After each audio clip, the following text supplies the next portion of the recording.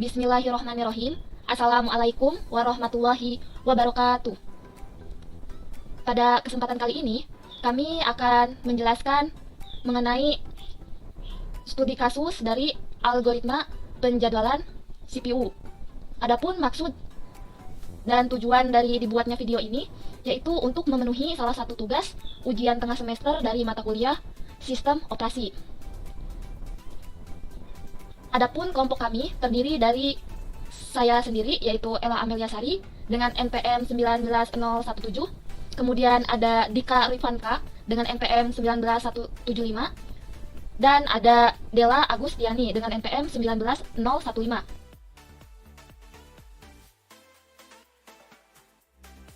Yang pertama itu ada algoritma FCFS atau first come first serve, di mana konsep dari algoritma FCFS ini yaitu proses yang datang pertama atau yang datang duluan itu akan dilayani terlebih dahulu sampai selesai, tidak peduli burst time-nya panjang atau pendek. Nah, di sini ada studi kasusnya, di mana gambarlah Gantt chart dan tentukan rata-rata waktu tunggu atau AWT menggunakan algoritma FCFS.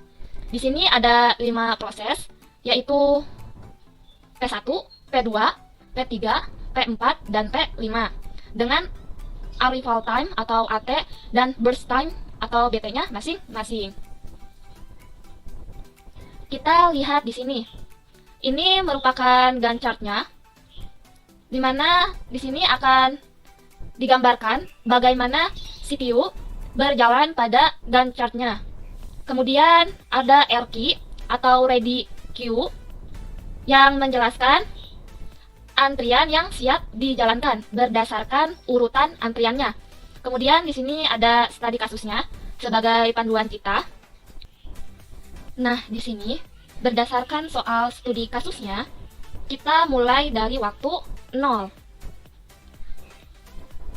Yang datang pada waktu ke-0 atau yang arrival time-nya 0 adalah P1.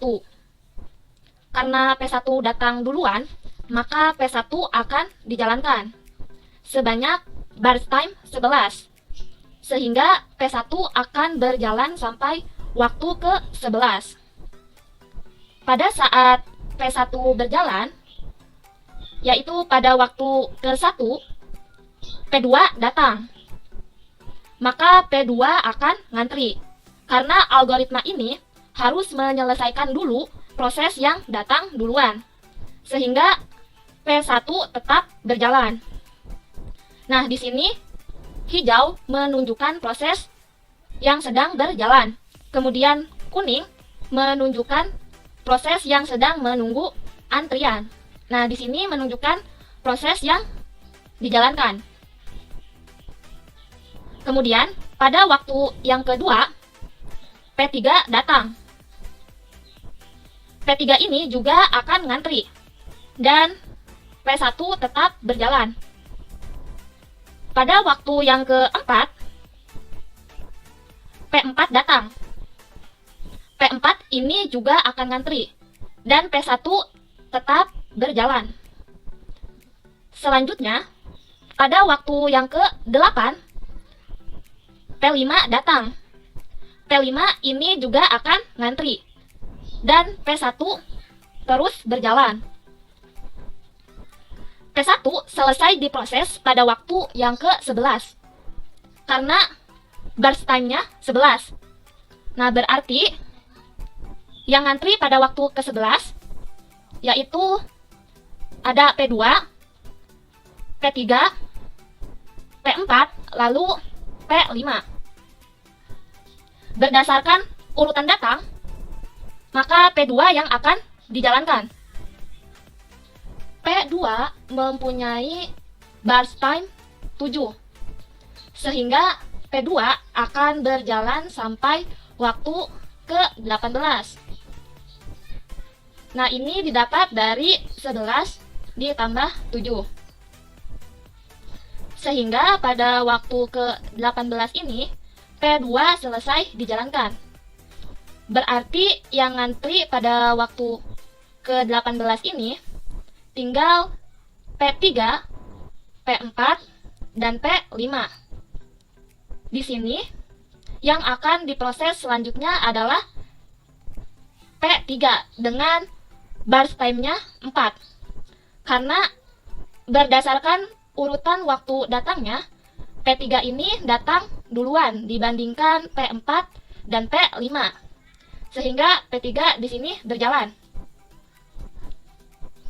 P3 akan selesai dijalankan pada waktu ke-22 karena 18 ditambah 4. Yang ngantri pada waktu ke-22 yaitu tinggal P4 dan P5.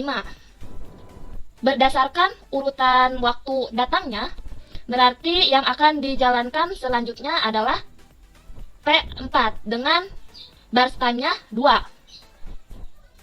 Sehingga P4 akan selesai pada waktu ke-24. Berarti di sini tinggal sisa P5. Kemudian P5 akan dijalankan dengan burst time-nya 1. Berarti P5 akan selesai pada waktu ke-25. Nah, itu merupakan penerapan algoritma FCFS dari studi kasus ini. Kemudian kita hitung waktu tunggu dari setiap prosesnya. P1 tidak mempunyai waktu tunggu karena ia langsung diproses dan selesai. Sehingga waktu tunggu P1 adalah 0. P2 diproses pada waktu ke-11. Tetapi P2 datang pada waktu ke-1. Sehingga waktu tunggunya 11 dikurangi 1, yaitu 10. P3 diproses pada waktu ke-18. Tetapi P3 datang pada waktu ke-2. Sehingga waktu tunggunya 18 dikurangi 2, yaitu 16. Kemudian P4 itu diproses pada waktu ke-22. Tetapi P4 datang pada waktu ke-4. Sehingga waktu tunggunya 22 dikurangi 4, sama dengan 18. Untuk P5 itu diproses pada waktu ke-24. Tetapi P5 datang pada waktu ke-8. Sehingga waktu tunggunya 24 dikurangi 8, sama dengan 16. Nah, selanjutnya kita jumlahkan semua waktu tunggunya. Sehingga total waktu tunggunya yaitu 60.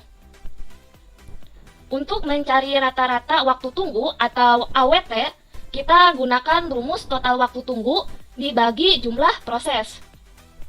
Nah, di sini total waktu tunggunya adalah 60 dan jumlah prosesnya ada 5. Dari P1 sampai P5.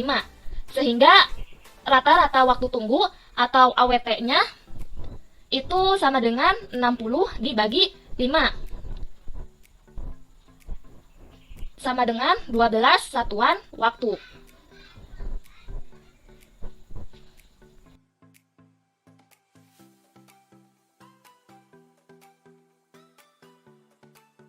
Kita lanjut ke algoritma short job first atau disingkat SJF yang non-preemptif, di mana algoritma SJF non-preemptif ini memiliki konsep jika proses yang datang mempunyai arrival time atau waktu yang sama, maka burst time yang paling kecil atau yang paling pendek akan dilayani terlebih dahulu.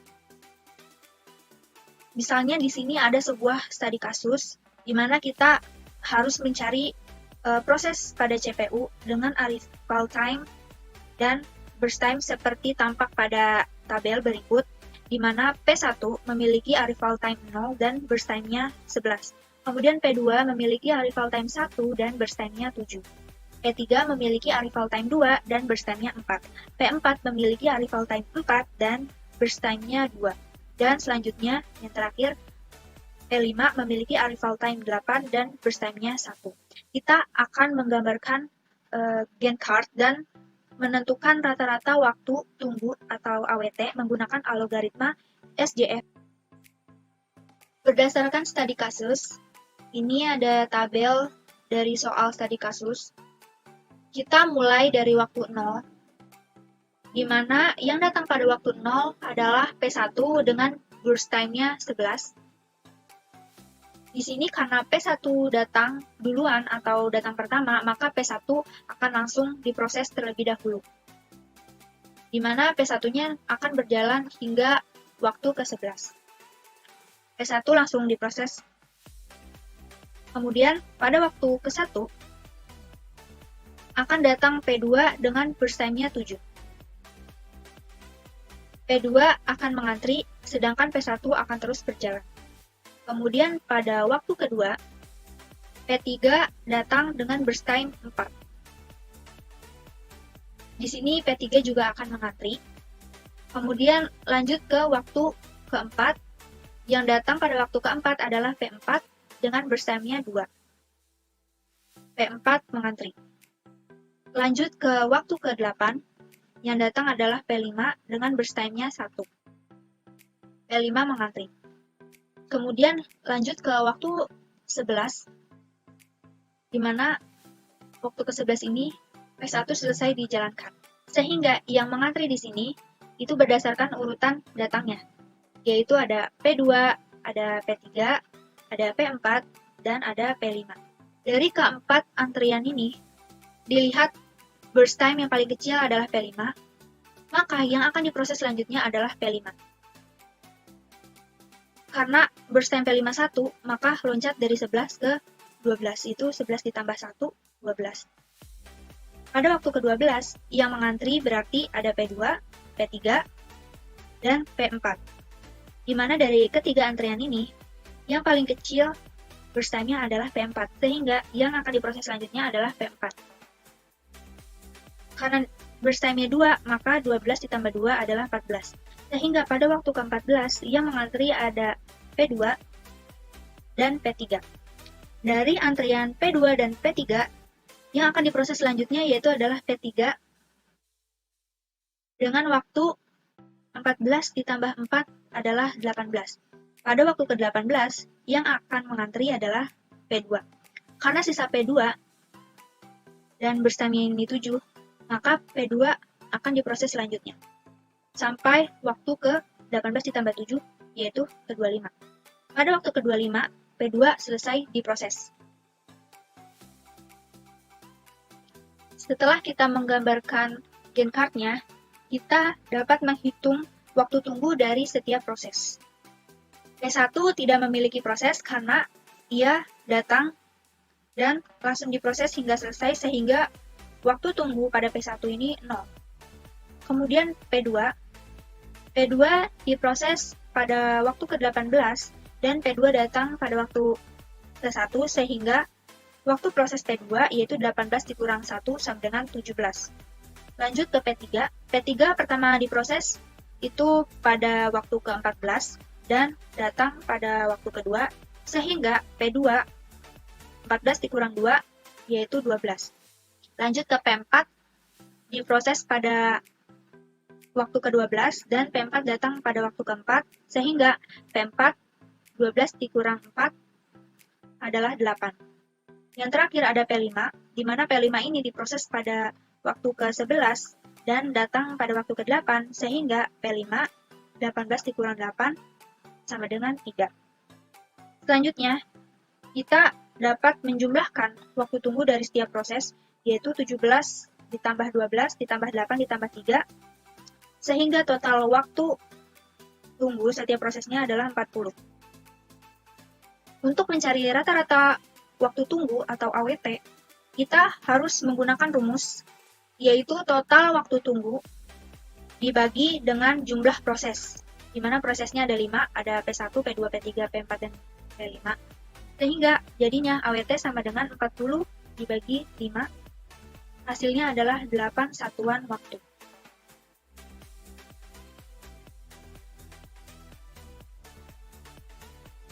Kita lanjut ke algoritma Sort Job First atau SJF yang preemptif, di mana SJF preemptif ini memiliki konsep jika proses sedang dijalankan, ada proses lain yang datang, di mana burst time-nya lebih kecil dari sisa waktu proses yang sedang dijalankan, maka proses lain ini akan dikerjakan terlebih dahulu, dan sisa proses tadi akan dikembalikan ke ready queue-nya, atau dikembalikan lagi ke antriannya.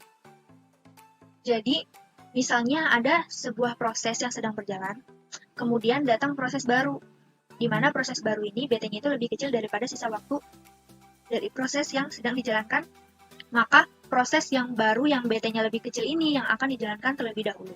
Kemudian proses yang sedang dijalankan tadi, itu akan dikembalikan ke antrian. Kemudian, ini masih dalam studi kasus yang sama, dengan tabel yang sama pula. Kita akan coba menyelesaikan, mencari gambar dari Gantt chart dan juga menentukan rata-rata waktu tunggu atau AWT-nya menggunakan algoritma SJF. Berdasarkan soal studi kasus yang sama, dengan tabel yang sama pula, kita coba selesaikan menggunakan algoritma SJF preemptif. Kita mulai dari waktu 0, di mana pada waktu 0 ini akan datang P1 dengan burst time 11, dan P1 akan langsung dijalankan. Pada waktu ke-1, P2 datang dengan burst time 7. Di sini kan P1 sudah berjalan sebanyak satu waktu, sehingga sisa dari P1, sisa burst time-nya adalah 10. Nah, karena burst time dari P2 ini lebih kecil daripada burst time pada P1, maka P2 akan dijalankan selanjutnya. Lalu, sisa dari P1 ini akan masuk ke dalam antrian. Kita lanjut ke waktu yang kedua, di mana pada waktu kedua ini, P3 datang dengan burst time-nya 4. Di sini kan P2 sudah berjalan sebanyak satu waktu. Sehingga, burst time dari P2 sisa 6.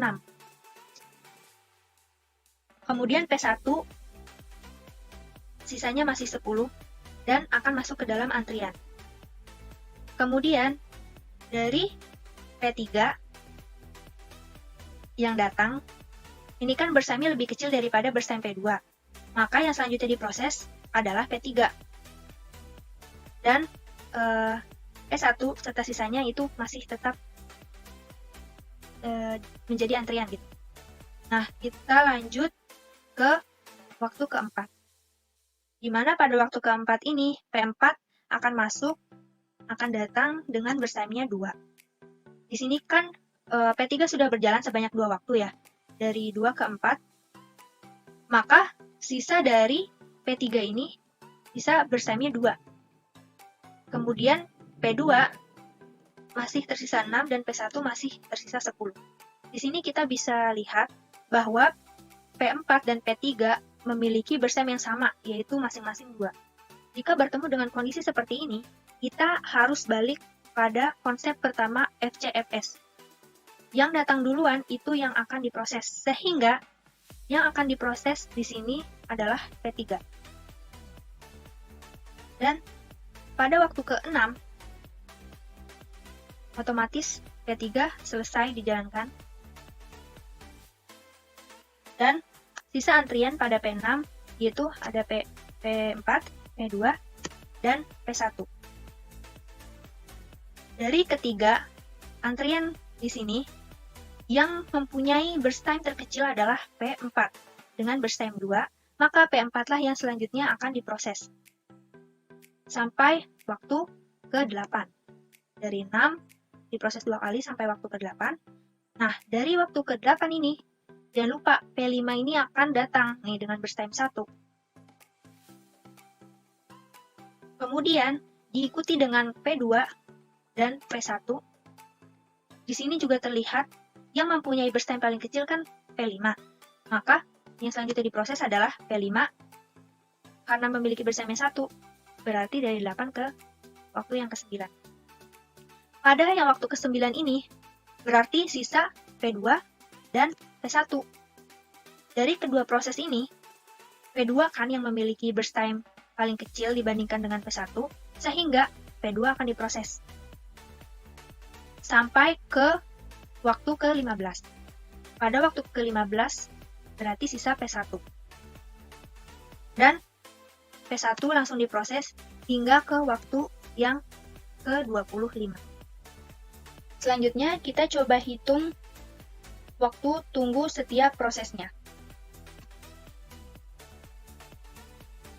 Misalnya pada P1, terakhir diproses pada waktu ke-15, sedangkan ia datang pada waktu ke-0 dan sempat berjalan satu waktu dari 0 sampai 1, sehingga waktu tunggunya yaitu 15 dikurang 0 ditambah 1, sama dengan 15 min 1, hasilnya 14. Kemudian P2 terakhir diproses pada waktu ke-9, sedangkan ia pertama kali datang itu pada waktu ke-1 dan sempat berjalan satu waktu dari 1 hingga 2. Sehingga waktu tunggunya untuk P2 adalah 9 dikurang 1 ditambah 1. Itu 9 dikurang 2, hasilnya 7. Untuk P3 diproses pada waktu 2 dan ia juga masuk atau datang pada waktu kedua pula. Maka untuk P3 itu berarti 2 dikurang 2, hasilnya 0. Artinya P3 ini tidak memiliki waktu tunggu. Kemudian P4 diproses pada waktu ke-6, sedangkan ia datang pada waktu ke-4, sehingga waktu tunggunya 6 dikurang 4, hasilnya 2. Untuk P5 diproses pada waktu ke-8 dan datang juga pada waktu ke-8. Jadi P5 8 dikurang 8, hasilnya 0. Artinya P5 tidak memiliki waktu tunggu karena pas datang langsung diproses dan terselesaikan. Lalu selanjutnya kita jumlahkan semua waktu tunggu sehingga total waktu tunggunya yaitu 14 ditambah 7 ditambah 0 ditambah 2 ditambah 0 menghasilkan total waktu tunggu 23. Untuk mencari rata-rata waktu tunggu atau AWT-nya, kita masih menggunakan rumus yang sama yaitu total waktu tunggu dibagi dengan jumlah proses. Berarti 23 dibagi 5 dan hasilnya adalah 4,6 satuan waktu. Di sini saya akan menjelaskan tentang priority scaling non-preemptive. Nah, dengan keterangan sebagai berikut. Melakukan proses yang memiliki prioritas tertinggi. Setiap proses memiliki prioritas masing-masing. Jika proses sama, maka ditentukan dari FCFS. Nah, berikut proses pada CPU dengan arrival time, burst time, dan priority masing-masing. Gambarlah Gantt chart dan tentukan rata-rata waktu tunggu menggunakan algoritma priority scaling non-preemptive. Nah, di sini berbeda dengan algoritma sebelumnya. Di sini kita memiliki priority. Nah, untuk menentukan priority yang paling tinggi itu sama seperti peringkat. Jadi, peringkat 1 lebih tinggi dari peringkat 2. Dan peringkat 2 lebih tinggi dari peringkat 3. Nah, bukan seperti besaran angkanya ya. Jadi, misal 10, 9, 8. Yang paling gede tuh 10. Nah, bukan seperti itu. Nah, selanjutnya saya akan menjawab dari studi kasus ini. Di sini ada Gantt chart, CPU dan ready key-nya. Nah, berdasarkan soal, yang pertama kali muncul itu adalah P1. Nah, pada waktu ke-0, P1 muncul dengan burst time 11 dan priority 2. Nah, P1 dijalankan. Nah, pada waktu ke-1, P2 muncul dengan burst time 7 dan priority 1. Nah, kita masukkan P1 karena sudah berjalan satu waktu dari 0 ke 1, maka P1 burst time-nya berkurang menjadi 0. Jadi 10. Nah, selanjutnya P1 dan P2. Di sini untuk menentukan jalan selanjutnya itu dengan priority. Nah, di sini P2 memiliki priority 1, di mana priority 1 ini lebih besar dari priority 2. Maka yang dijalankan selanjutnya adalah P2. Nah, pada waktu ke-2, P3 muncul dengan burst time 4 dan priority 2. Lalu kita masukkan P2 dan P1. Nah, di sini P2 memiliki priority yang lebih tinggi ketimbang P3 dan P1. Maka yang akan dijalankan selanjutnya adalah P2. Nah, pada waktu ke-4, P4 muncul dengan burst time 2 dan priority 1. Nah, kita masukkan P3, P2, dan P1. Nah, di sini P2 dan P4 memiliki priority yang sama besarnya, yaitu 1. Nah, langkah selanjutnya itu untuk menentukan langkah selanjutnya, yaitu kita menentukan dengan FCFS. Nah, siapa yang datang terlebih dahulu? Nah, yang datang terlebih dahulu adalah P2, karena dia P2 datang pada waktu ke-1, sedangkan P4 datang pada waktu ke-4. Maka selanjutnya P2 dijalankan sampai waktu ke-8. Nah, di sini sampai waktu ke-8 P2 habis, selesai dijalankan. Nah, pada waktu ini juga P5 muncul dengan burst time 1 dan priority 2. Nah, selanjutnya kita masukkan P4, P3, dan P2. Nah, di sini P4 memiliki priority yang lebih tinggi ketimbang yang lain. Maka dari itu yang dijalankan adalah P4. Nah, P4 dijalankan dengan sesuai dengan sisa dari burst time-nya, yaitu 2. Maka pada waktu ke-10 P4 habis. Sisa P5, P3, dan P1. Nah, di sini P5, P3, dan P1 memiliki priority yang sama, yaitu 2. Nah, untuk menentukan langkah selanjutnya, yaitu kita memilih siapa yang pertama kali datang, yaitu P1. P1 datang pada waktu ke-0. Maka yang jalan selanjutnya adalah P1. Nah, P1 berjalan dengan burst time yang tersisa, yaitu 10, sesuai dengan burst time-nya. Jadi, pada waktu ke-20, P1 habis. Karena itu, kita masukkan P5 dan P3. Nah, sama seperti tadi, P3 itu datang lebih dahulu ketimbang P5. Maka yang dijalankan itu P3. P3 dijalankan sesuai dengan sisa burst time-nya, yaitu 4. Maka pada waktu ke-24 P3 habis dan sisa P5. Maka selanjutnya P5 dijalankan sesuai dengan burst time-nya, yaitu 1. Maka pada waktu ke-25 P5 habis. Nah, selanjutnya di sini menghitung waktu tunggu setiap proses. Nah, untuk P1 itu sama dengan 10 ambil 1. Kenapa 10 ambil 1? Karena 10 itu tempat terakhir dia diproses, dan 1 itu adalah awal kemunculan P1. Nah, di sini P1 itu kan munculnya itu kan dari waktu ke 0. Nah, akan tetapi dia sempat berjalan 1 langkah. Jadi 0 ke 1 otomatis perhitungnya begini. 0 diambil 1 sama dengan 1. Nah, selanjutnya 10 diambil 1 sama dengan 9. Nah, selanjutnya ada P2. Nah, untuk P2 ini dia pertama kali diproses, pertama kali muncul dia langsung diproses. Maka dari itu dia tidak memiliki waktu tunggu. Maka untuk P2 sama dengan 0. Lalu ada P3, dia terakhir diproses pada waktu ke-20 dan awal kemunculannya itu pada waktu kedua.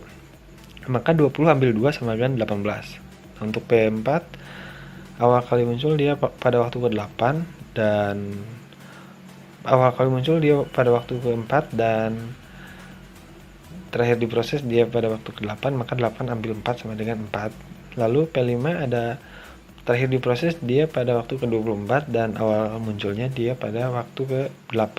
Maka 24 ambil 8 sama dengan 16. Nah, di sini kita jumlahkan 9 tambah 0 tambah 18 tambah 4 tambah 16. Maka hasilnya yaitu totalnya 47. Nah, 47 dibagi 5 sama dengan 9,4 satuan waktu. Nah, selesai.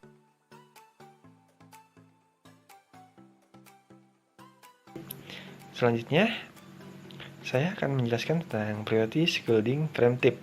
Nah, untuk keterangan sebagai berikut.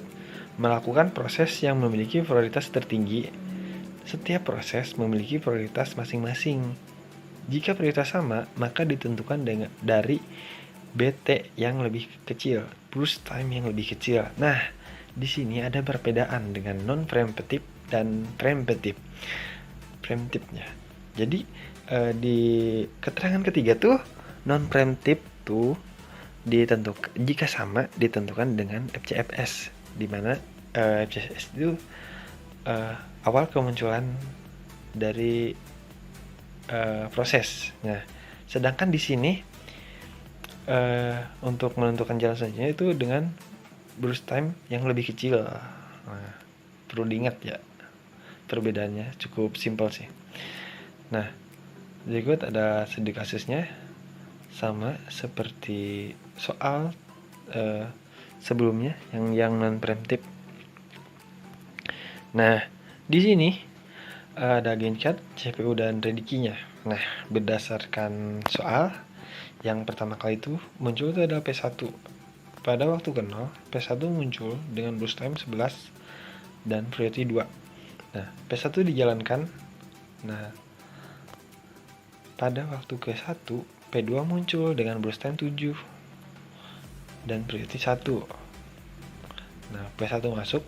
Nah, di sini P2 dan P1 untuk menentukan jalan selanjutnya yaitu dengan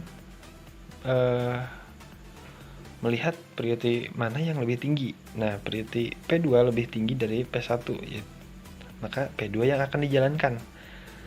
Nah, pada waktu kedua P3 muncul dengan burst time 4 dan priority 2. Nah, kita masukkan P2 dan P1. Nah, selanjutnya di sini P2 masih memiliki priority yang lebih tinggi ketimbang P3 dan P1. Maka dari itu P2 dijalankan pada waktu keempat P4 muncul dengan burst time 2 dan priority 1. Nah, kita masukkan P3, P2 dan P1. Nah, di sini P4 dan P2 memiliki priority yang sama besarnya, yaitu 1. Akan tetapi untuk menentukan jalan selanjutnya kita memilih dari burst time yang lebih kecil. Nah, di sini P4 memiliki burst time yang lebih kecil dari P2. Maka dari itu yang dijalankan adalah P4. Nah, P4 berjalan sesuai dengan sisa burst time-nya, yaitu 2. Maka pada waktu ke-6 P4 habis. Maka kita masukkan P3, P2 dan P1. Nah, di sini P2 lagi yang memiliki priority yang lebih tinggi. Maka yang dijalankan P2. Pada waktu ke-8 P5 muncul. Nah, dengan burst time 1 dan priority 2. Kita selanjutnya masukkan P3, P2 dan P1. Nah, di sini kita masukkan lagi, jalankan lagi P2 karena masih memiliki priority yang lebih tinggi ketimbang yang lain. Nah, P2 berjalan sesuai dengan sisa burst time-nya, yaitu 2. Maka pada waktu ke-10 P2 habis. Karena itu kita masukkan P5, P3 dan P1. Nah, di sini P5, P3 dan P1 memiliki priority yang sama besarnya. Oleh karena itu, langkah selanjutnya kita menentukan jalan selanjutnya yaitu dengan burst time yang paling kecil. Nah, di sini yang paling kecil itu adalah P5. Karena P5 memiliki burst time yaitu 1, sedangkan P3 4 dan P1 10. Nah, P5 dijalankan pada waktu ke-11 P5 habis. Nah, maka kita masukkan P3 dan P1. Nah, P3 memiliki burst time yang lebih kecil ketimbang P1, maka yang dijalankan adalah P3. P3 berjalan sesuai dengan sisa burst time-nya, yaitu 4. Maka dari itu, pada waktu ke-15 P3 habis dan kita masukkan P1. Nah, selanjutnya kita jalankan P1 sampai burst time-nya habis, yaitu pada waktu ke-25. Selanjutnya kita menghitung waktu tunggu setiap proses. Nah, untuk P1 sama dengan 15 ambil 1. Kenapa 15? Karena terakhir kali diproses P1 itu pada waktu ke-15 dan awal munculnya tuh pada waktu 0. Nah, akan tetapi P1 sempat jalan satu waktu. Oleh karena itu 0 diambil 1 sama dengan 1.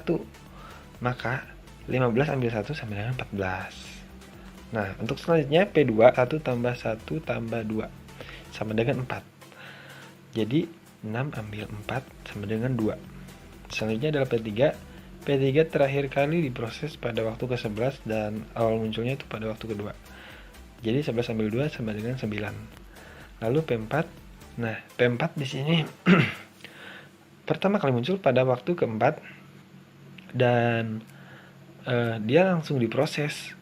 Maka dari itu dia nilai waktu tunggunya sama dengan 0. Nah, lalu ada P5. P5 itu terakhir diprosesnya itu pada waktu ke-10 dan awal munculnya itu pada waktu ke-8. Jadi 10 ambil 8 sama dengan 2. Nah, di sini kita jumlahkan 14 tambah 2 tambah 9 tambah 0 tambah 2 sama dengan 27 totalnya. Lalu 27 dibagi 5 sama dengan 5,4 satuan waktu.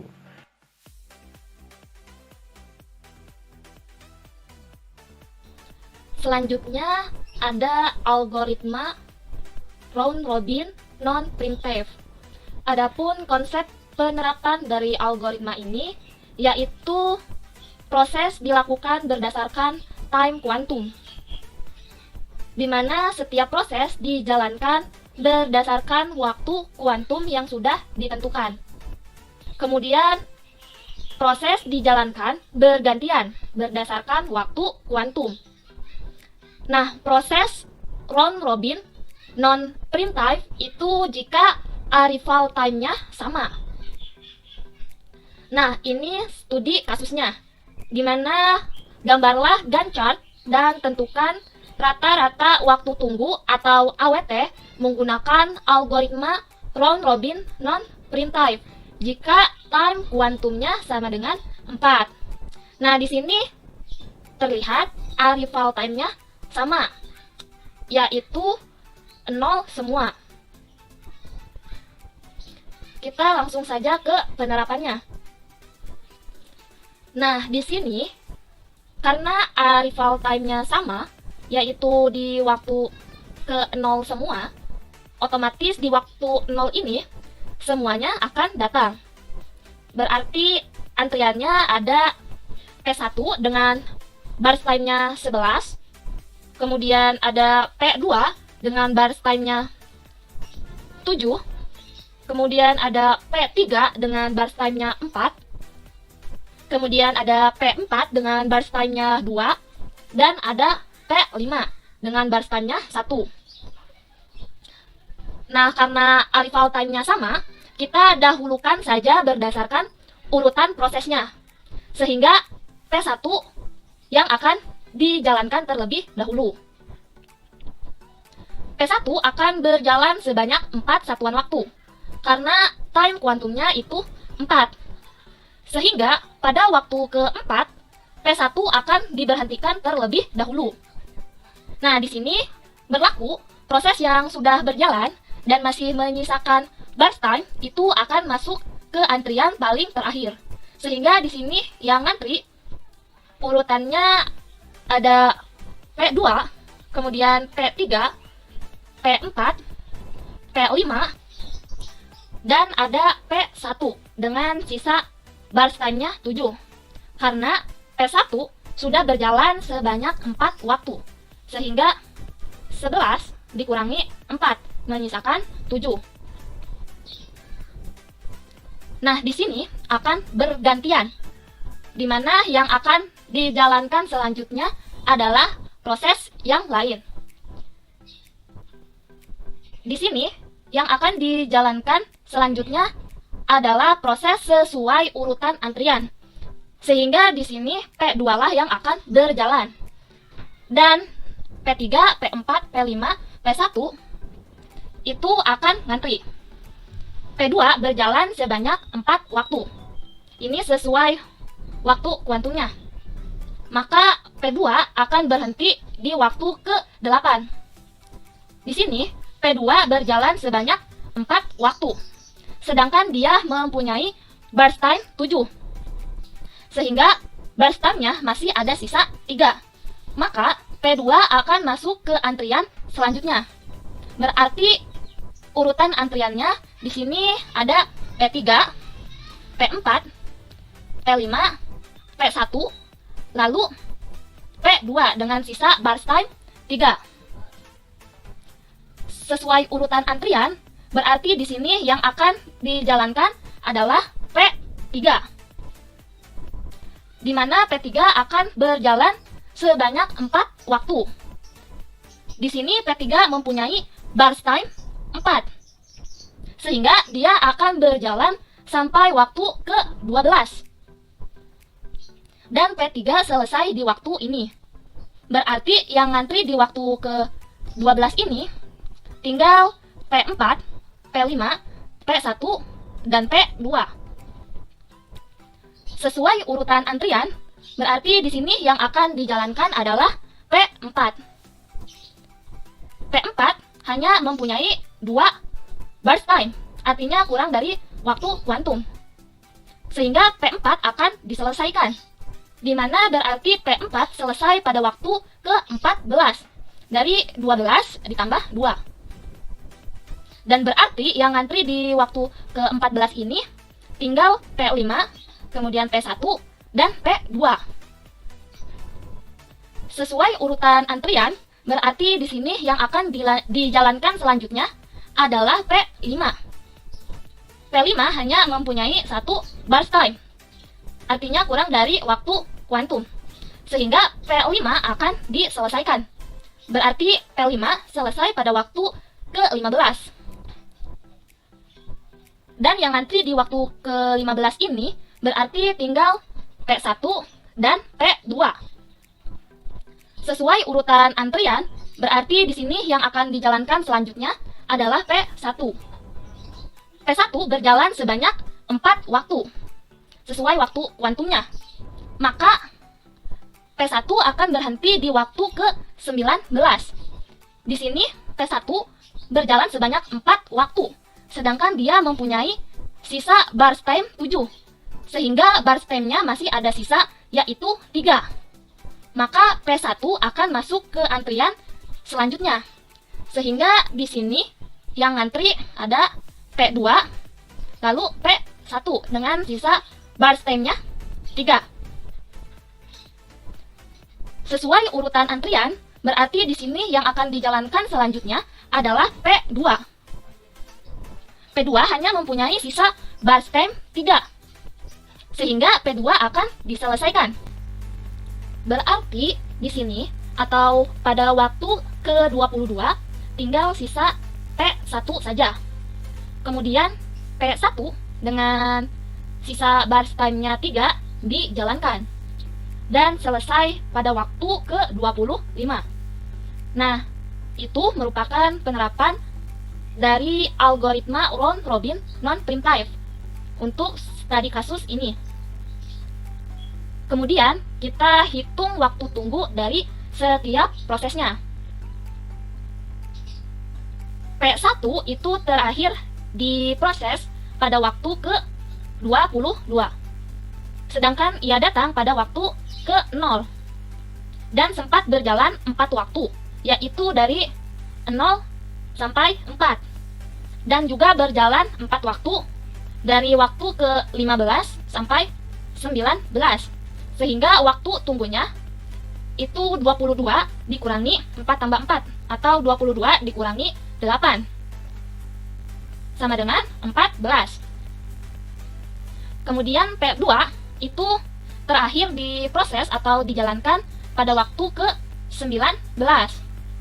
Sedangkan ia datang pada waktu ke-0 dan sempat berjalan 4 waktu, yaitu dari waktu ke-4 sampai ke-8.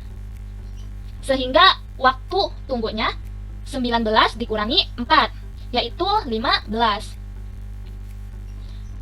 Kemudian P3 itu diproses pada waktu ke-8.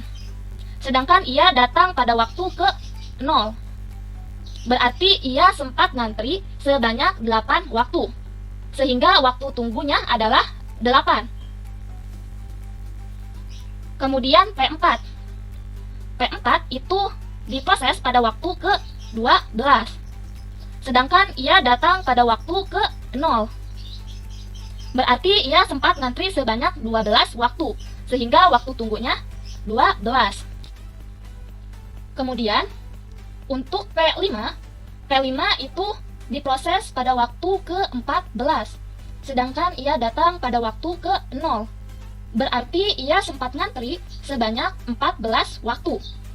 Sehingga waktu tunggu dari P5 itu 14. Selanjutnya, kita jumlahkan semua waktu tunggu dari setiap proses ini. Sehingga menghasilkan total waktu tunggu yaitu 63. Untuk mencari rata-rata waktu tunggu atau AWT, kita gunakan rumus total waktu tunggu dibagi jumlah proses. Nah, di sini ada 5 proses, yaitu P1, P2, P3, P4, dan P5. Sehingga total waktu tunggunya atau AWT-nya itu 63 dibagi 5. Sehingga AWT-nya sama dengan 12,6 satuan waktu.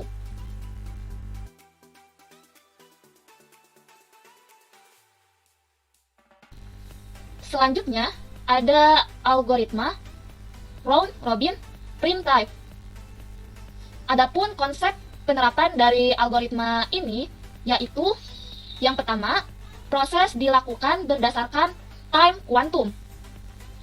Kemudian, setiap proses dijalankan berdasarkan waktu kuantum yang sudah ditentukan. Proses dijalankan bergantian berdasarkan waktu kuantum. Nah, proses round-robin prime time ini jika setiap proses mempunyai arrival time yang tidak sama. Nah, ini studi kasusnya, di mana gambarlah Gantt chart dan tentukan rata-rata waktu tunggu atau AWT menggunakan algoritma round-robin prime time jika time kuantumnya sama dengan 4. Nah, di sini terlihat ada 5 proses dengan arrival time dan burst time-nya masing-masing. Di sini terlihat masing-masing proses itu mempunyai arrival time yang berbeda. Nah, itu merupakan bedanya dengan round robin yang non-prime time, di mana yang non-prime time itu arrival time-nya sama semua. Di sini, berdasarkan soal studi kasusnya, berarti kita mulai dari waktu 0. Yang datang pada waktu ke-0 atau yang arrival time-nya 0 adalah P1 dengan burst time-nya 11. Di sini P1 akan dijalankan karena P1 yang datang duluan. P1 berarti akan diberhentikan pada waktu ke-4 karena time kuantumnya itu 4. Saat P1 berjalan, pada waktu ke-1, P2 datang dengan burst time-nya 7. Kemudian pada waktu ke-2, P3 datang dengan burst time-nya 4. Di sini, P2 dan P3 akan ngantri, di mana yang berjalan tetap P1. Karena P1 yang datang duluan. P1 ini akan berjalan dengan time kuantum 4. Maka akan berhenti pada waktu ke-4. Di sini, P1 berjalan sebanyak 4 waktu. Sedangkan ia mempunyai burst time 11. Sehingga burst time-nya masih ada sisa, yaitu 11 dikurangi 4, sisa 7. Jadi, P1 akan masuk ke antrian selanjutnya. Nah, berarti di sini pada waktu ke-4, yang ngantri sesuai urutan datang, yang pertama ada P2, kemudian ada P3. Nah, di sini juga P4 datang. Sehingga P4 masuk ke dalam antrian. Kemudian diikuti oleh P1 dengan sisa burst time-nya 7. Di sini antara P4 dan P1 itu sama, di mana pada waktu keempat, saat P1 berhenti, P4 juga datang. Maka di sini dahulukan yang datang, bukan yang berhenti. Sehingga di sini urutannya P4 dulu, baru P1. Sesuai urutan antrian, berarti di sini yang akan dijalankan selanjutnya adalah P2. P2 berjalan sebanyak 4 waktu. Ini sesuai waktu kuantumnya, di mana waktu kuantumnya 4. Maka P2 akan berhenti di waktu ke-8. Di sini P2 berjalan sebanyak 4 waktu, sedangkan dia mempunyai burst time 7, sehingga burst time-nya masih ada sisa, yaitu 3. Maka P2 akan masuk ke antrian selanjutnya. Sehingga yang ngantri di sini atau di waktu ke-8 urutannya ada P3, P4, kemudian P1, dan pada waktu ke-8 ini P5 itu datang, sehingga P5 masuk ke dalam antrian. Kemudian diikuti oleh P2 dengan sisa burst time-nya 3. Sesuai urutan antrian, berarti di sini yang akan dijalankan adalah P3, di mana P3 akan berjalan sebanyak 4 waktu sesuai time kuantum. Di sini P3 mempunyai burst time 4, sehingga dia akan berjalan sampai waktu ke-12 dan selesai di waktu ini. Berarti yang ngantri di waktu ke-12 ini ada P4, kemudian P1, P5, dan P2. Sesuai urutan antrian, berarti di sini yang akan dijalankan adalah P4. P4 hanya mempunyai burst time 2, atau artinya kurang dari waktu kuantum, sehingga P4 akan diselesaikan, di mana berarti P4 selesai pada waktu ke-14, karena 12 ditambah burst time-nya, jadi 14. Berarti di sini yang ngantri pada waktu ke-14 sisa P1, P5, dan P2. Sesuai urutan antrian, berarti di sini yang akan dijalankan selanjutnya adalah P1. P1 berjalan sebanyak 4 waktu sesuai time kuantum. Maka P1 akan berhenti di waktu ke-18. Di sini P1 berjalan sebanyak 4 waktu, sedangkan dia mempunyai sisa burst time 7. Sehingga burst time-nya masih ada sisa, yaitu 3. Maka P1 akan masuk ke antrian selanjutnya. Sehingga di sini pada waktu ke-18 yang ngantri urutannya ada P5, P2, lalu P1 dengan sisa burst time-nya 3. Sesuai urutan antrian, berarti di sini yang akan dijalankan selanjutnya adalah P5. P5 hanya mempunyai 1 burst time, atau artinya kurang dari waktu kuantum, sehingga P5 akan diselesaikan, di mana berarti P5 selesai pada waktu ke-19.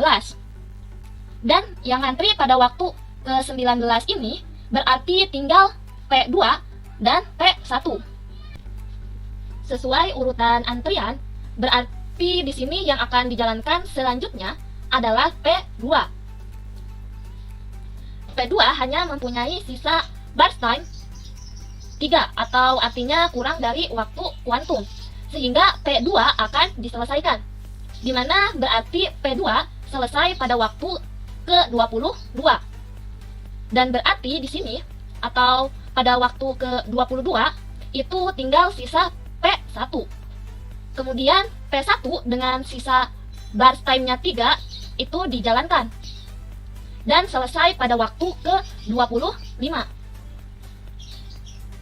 Kemudian kita hitung waktu tunggu dari setiap prosesnya. P1 itu terakhir dijalankan pada waktu ke-22. Sedangkan ia datang pada waktu ke-0 dan sempat berjalan 4 waktu. yaitu dari 0 sampai 4. Dan juga berjalan 4 waktu, dari 14 sampai 18. Sehingga waktu tunggunya yaitu 22 dikurangi 4 ditambah 4, atau 22 dikurangi 8. Sehingga waktu tunggu P1 yaitu 14. Kemudian P2 itu terakhir diproses pada waktu ke-19. Sedangkan ia datang pada waktu ke-1. Dan sempat berjalan 4 waktu, yaitu dari waktu ke-4 sampai ke-8. Sehingga waktu tunggunya yaitu 19 dikurangi 4, waktu sempat berjalan ditambah 1. 1 di sini waktu datangnya. Sehingga waktu tunggu P2 itu 19 dikurangi 5, yaitu 14. Kemudian P3 itu diproses pada waktu ke-8. Sedangkan ia datang pada waktu ke-2. Sehingga waktu tunggunya 8 dikurangi 2, yaitu 6. Kemudian P4 itu diproses pada waktu ke-12. Sedangkan ia datang pada waktu ke-4. Sehingga waktu tunggunya 12 dikurangi 4, yaitu 8. Kemudian P5 itu diproses pada waktu ke-18. Sedangkan ia datang pada waktu ke-8. Sehingga waktu tunggunya 18 dikurangi 8, yaitu 10. Selanjutnya, kita jumlahkan semua waktu tunggunya. Sehingga total waktu tunggunya adalah 52. Untuk mencari rata-rata waktu tunggu atau AWT, kita gunakan rumus total waktu tunggu dibagi jumlah proses. Sehingga AWT-nya yaitu 52 dibagi 5. Karena jumlah prosesnya ada 5. Sehingga AWT-nya yaitu 10,4 satuan waktu.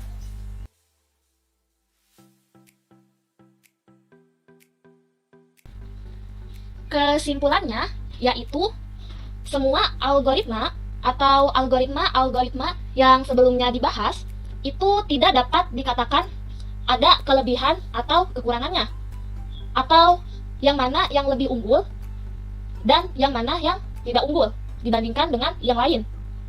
Itu tidak bisa dikatakan seperti itu, karena di sini prosesnya itu berdasarkan kondisi arrival time-nya gimana, kemudian burst time-nya gimana, kemudian apalagi jika ditambahkan dengan kuantumnya. Kemudian untuk priority scheduling itu juga menggunakan prioritas. Mungkin cukup sekian dari kami. Jika ada kekurangan kami mohon maaf, dan jika ada kesalahan mohon dikoreksi. Terima kasih. Wassalamualaikum warahmatullahi wabarakatuh.